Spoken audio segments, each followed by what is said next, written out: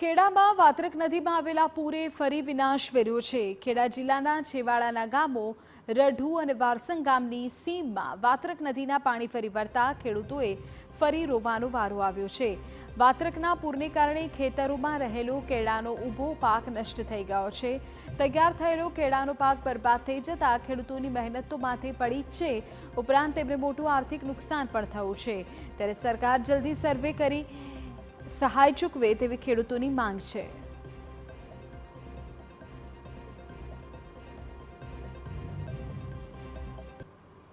વાત્રક નદીમાં પૂર આવવાને કારણે વાત્રક નદીના કિનારાના ગામોના ખેડૂતોએ રાતા પાણીએ રોવાનો વારો આવે છે। રઢુ હોય, વારસંગ હોય અને તેની આસપાસના ગામોની અંદર વ્યાપક પ્રમાણમાં કેળાની ખેતીનું વાવેતર થયું હતું। પાક તૈયાર થઈ ગયો હતો, પરંતુ પૂરના પાણી ફરી વળવાને કારણે જે કેળના ઊભા છોડ હતા તે પડી જવા પામ્યા છે। આપણી સાથે સ્થાનિક ધરતીપુત્રો છે, આપણે તેમની સાથે વાત કરીશું। આપનું નામ? હરપાલ। શું ઘટના બની છે આગળ? અહીંયા લગાતાર 4 દિવસથી વરસાદ ચાલુ હતો અને ખૂબ કેરમાં અને ડાંગરમાં નુકસાન થયું છે। કેરમાં તો લગભગ 80% નુકસાન છે। અચ્છા, આ બાજુમાં જ નદી પસાર થાય છે? હા, બાજુમાં જ છે નદી। તો એનાથી શું અસર? 7 નદીની વચ્ચે વારસંગ ગામ આવ્યું છે, ત્યાં બધી ખેતી થાય છે, એટલે 80% ટોટલી ખેતી લોસ છે। જે રીતે નુકસાન થયું છે, પ્રતિ વીંગે તમારે કેટલો ખર્ચો થતો હતો વાવેતર વખતે? 40 થી 45 હજાર રૂપિયા પ્રતિ વીઘે ખર્ચો છે અમારો। હવે અમારે અત્યારે ખર્ચો તો થઈ ગયો છે, હવે આવક લેવાની હતી અને અમારે આ ખેતી નાશ પામી છે અત્યારે। આપણી સાથે બીજા પણ ધરતીપુત્ર જોડાયા છે।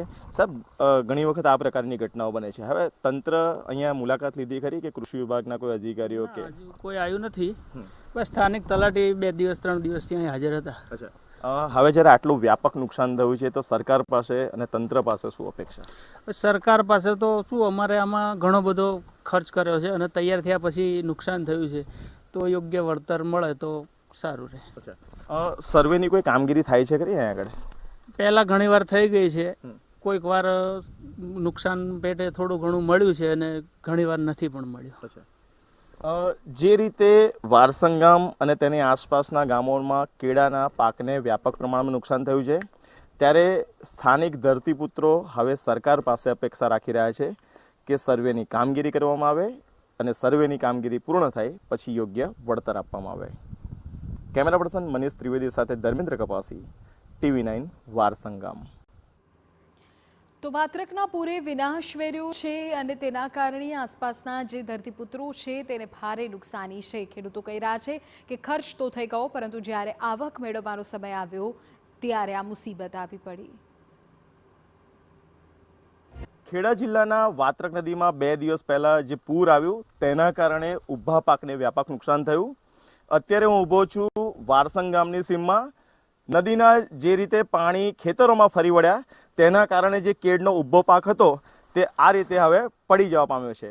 દ્રશ્યો બતાવવાનો પ્રયાસ કરીશ। લગભગ 300 વીંઘા ખેતીની અંદર જે કેળનો પાક કરેલો હતો તે તમામ પાક નાશ પામ્યો છે। જો કે હવે જે ખેડૂતો છે તે સરકાર પાસે અપેક્ષા રાખી રહ્યા છે કે તેઓને યોગ્ય સહાય આપવામાં આવે, કારણ કે જ્યારે પાકનું વાવેતર થાય છે ત્યારે લાખો રૂપિયાનો ખર્ચ થતો હોય છે, પરંતુ જ્યારે નુકસાન થાય છે ત્યારે આર્થિક રીતે શોષવાનું ખેડૂતોને થાય છે। કેમેરા પર્સન મનીષ ત્રિવેદી સાથે ધર્મેન્દ્ર કપાસી, TV9 વારસંગ ગામ।